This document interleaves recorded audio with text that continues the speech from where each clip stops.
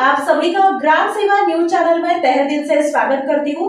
ग्राम सेवा news channel Maharashtra में भिवंडी, शिरडी, सूरत, नासिक, सोलापुर, बेंगलोर इन सभी शहरों में गुजराती के साथ साथ मराठी, तेलुगु और हिंदी माध्यम के द्वारा प्रसिद्ध हुए।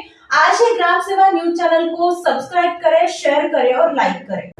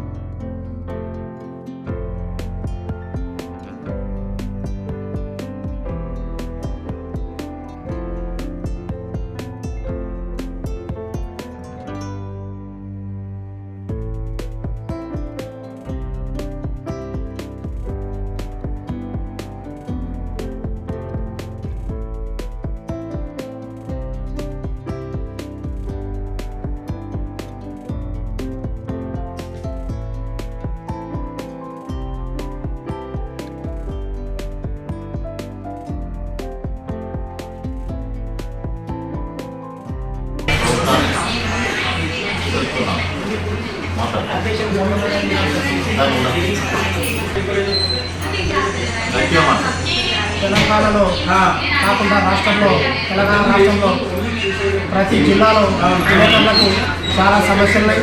మరి భక్తునికి భగవంతునికి మధ్యలో వారధిగా ఉండేవి పంతులు కాబట్టి ఆ పంతులు ఎలా వారధిగా ఉంటాడో ఇలా ప్రభుత్వానికి ప్రజల మధ్య వారధిగా విలేకరు అయితే చిన్న పత్రిక కానీ పెద్ద పత్రిక కానీ అక్కడ తేడా చేయకుండా ప్రభుత్వం సమానంగా ఉండాలని ప్రభుత్వానికి నిర్ణయించుకుంటున్నాం.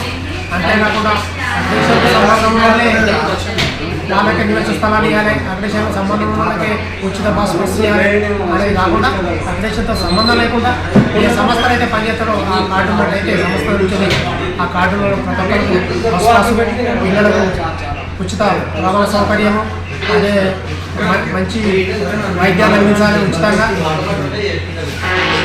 పిల్లలకు కానీ వాళ్ళ కుటుంబానికి అందరికీ ఉచితంగా విద్య వైద్యాన్ని అందించాలని ప్రభుత్వానికి కోరడం జరుగుతుంది.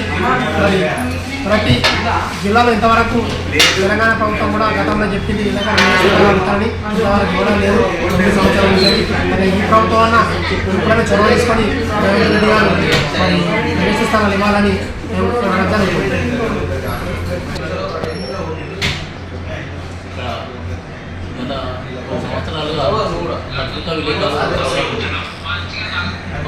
ప్రజలకు ప్రభుత్వానికి పాలక వర్గాలకు మధ్యలో వారధిగా ఉంటుంది. సమాజంలో జరుగుతున్న సమస్యలు ప్రజల పక్షాన ప్రభుత్వం తీసుకుపోయి ఎప్పటికప్పుడు సమస్యల పరిష్కారం కోసం తపన పడే వ్యవస్థ ఏదైతే అది పత్రికా వ్యవస్థని పత్రికా విలేకరులు కాబట్టి గతంలో ప్రభుత్వాలు ఇది నిర్లక్ష్యానికి ప్రభుత్వం నిర్లక్ష్యానికి గురైన పత్రికా సోదరులు మోసుకొని వీళ్ళకు నివేశ స్థలాలు కావచ్చు,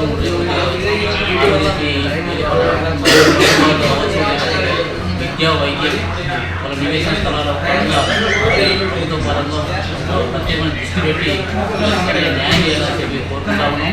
ఎందుకంటే ప్రభుత్వమైనా కూడా ప్రభుత్వ పథకాలు కూడా ప్రజలు పోవాలంటే ప్రభుత్వంలో మంచి పథకాలు కూడా ఇలా మంచి భారతీయ